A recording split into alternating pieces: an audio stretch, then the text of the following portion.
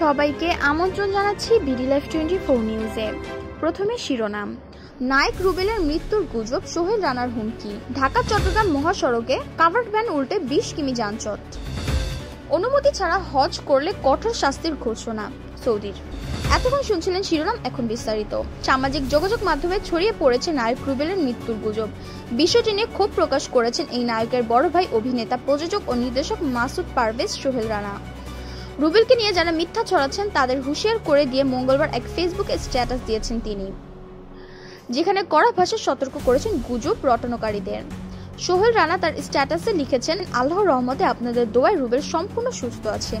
মিথ্যা প্রচারে নাকি আইনি ব্যবস্থা নেওয়া যায়। যদি আবার এমন ধরনের বাজে কথা কেউ প্রচার করেন তাহলে তাদের বিরুদ্ধে আইনি ব্যবস্থা গ্রহণ করা হবে।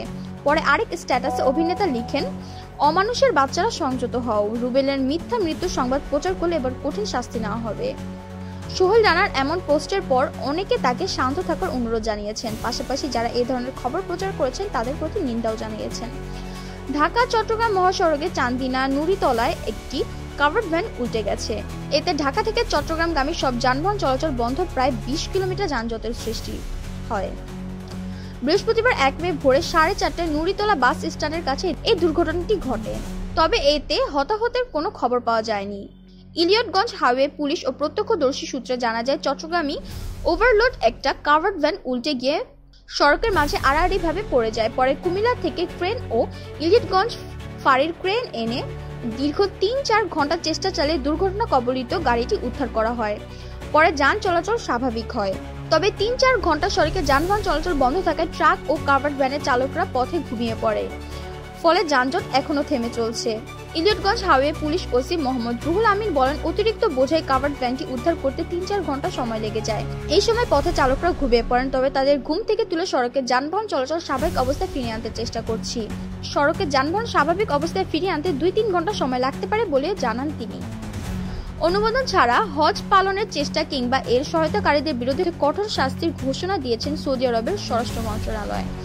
29 এপ্রিল থেকে শুরু করে আগামী 10 জুন পর্যন্ত এই নিয়ম কার্যকর থাকবে বলে জানানো হয়েছে।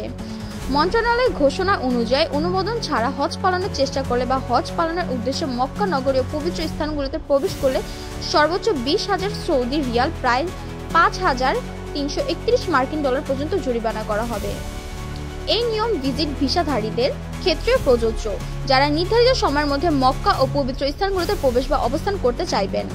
এছাড়া যারা এমন ব্যক্তিদের জন্য ভিজিট ভিসার আবেদন করবেন যারা হজ অনুমতি ছাড়া হজ পালনের চেষ্টা করেছেন বা মক্কা ও পবিত্র স্থানগুলোতে অবস্থান করেছেন, তাদের সর্বোচ্চ 1 লাখ সৌদি রিয়াল পর্যন্ত জরিমানা করা হবে।